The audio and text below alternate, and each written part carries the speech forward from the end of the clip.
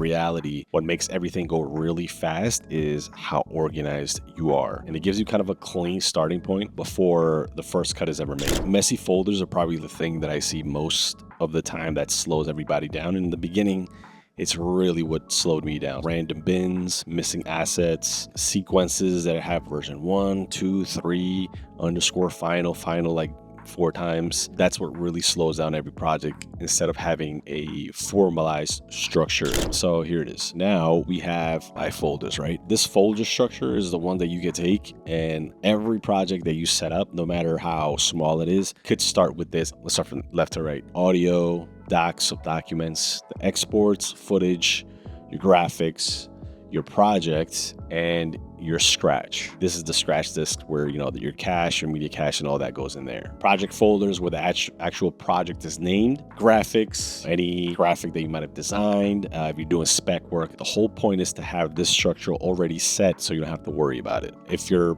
hard drive is chaos, in other words, what you're getting or what you're saving into, then of course Premiere is only going to import, chaos with everything. Now this is going to match my bin structure inside of Premiere Pro. Now this is my OS, and now it matches. Now I have, for example, up here, archive, audio, exports, footage, graphics, Scratch, selects, and sequences. It's funny, we're going to go over 3 of these, and these are the ones that most people don't use and I like to use. But once you have it structured, you'll see how fast you start to get through these projects. And again, I'll show you guys at the end how to save this as a template, so you don't have to build it from scratch every time you go in there. These bins aren't just folders. They're, kind of like a map of how your brain is supposed to move through the edit. The 3 bins that most editors forget, or the ones that I really like to use. So number 1 is the selects. If everything is footage, then nothing is selected. If you have massive amounts of footage, I'll start selecting the different parts that I'm gonna use out of all the footage. So that selects folder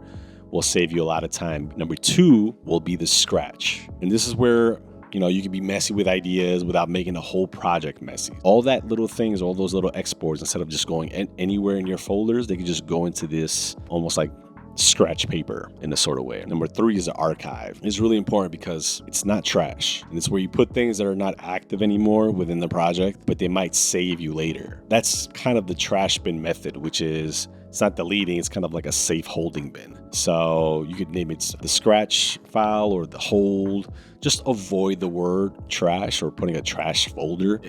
It's like almost like a temptation that you want to just delete it just because it says trash. The mistake is thinking clean means deleted. Clean means the active edit only shows what is still useful right now. So we're going to move on to the sequence naming system. And this is important too. Each, I would say, company has their own way of naming, and each creative team has their own way of naming different things, different prefix, suffixes, and things like that. I named this one project name _01 or whatever it is. Let's say brand video for Colgate, right?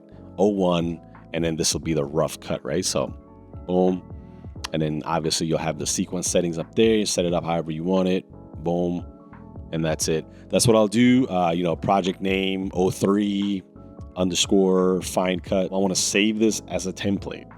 So I'll save a clean version. I'll duplicate it for every new project there is. I'll go to file, and then I'll put save as template, which is right here. So go where the save as a copy, save all, revert, save as template.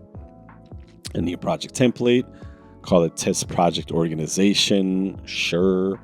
And then we'll save that to wherever you want it to save. Boom, you're ready to go.